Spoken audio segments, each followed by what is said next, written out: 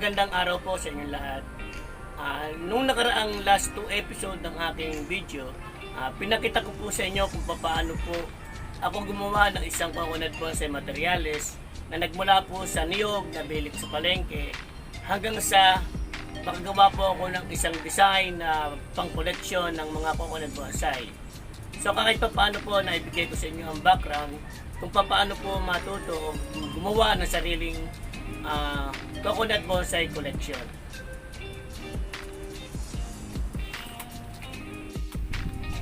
Okay mga idol, ngayon naman po magre-report ako ng 3 materyales sa aking bagong biling paso bilang isang final repotting. Dito po makikita ninyo paano ko po niripat, paano ko po pininturahan, paano ko po nilinis ang bawat shell ng aking mga materyales. Okay mga idol, samahan niyo po ako sa aking pagre-repot ng aking coconut bonsai materials. Okay mga idol, ito po yung dalawang na-repot ko. So ang i-repot ko ngayon,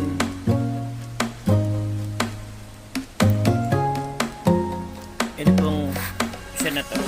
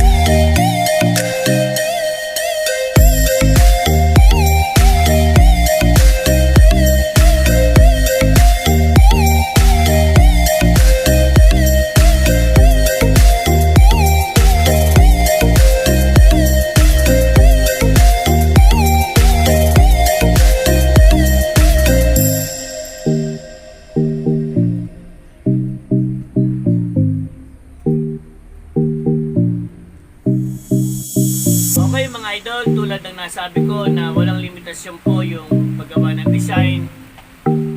Ito po ngayon ko lang inisip itong araw na to.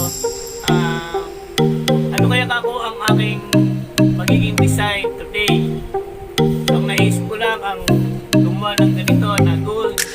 Pero may nakita po akong isang empty coconut shell na hindi naman nabuhay. So tininis ko, nilagari ko, ginawa ko siya ngayon na snowman. So dahil malapit naman na po ang bare months, isang buwan na lang, ako na po ang unang babati po sa inyo ng advance Merry Christmas po sa inyong lahat. Okay, mga idol, sa mga baguhang pa lamang po na padaan sa akin channel, please subscribe my YouTube channel, WinEd Bonsai City, share and like. Pakiclick na rin po ang notification bell para lagi po kayong updated sa mga video ko pong i-upload. God bless! Bye-bye!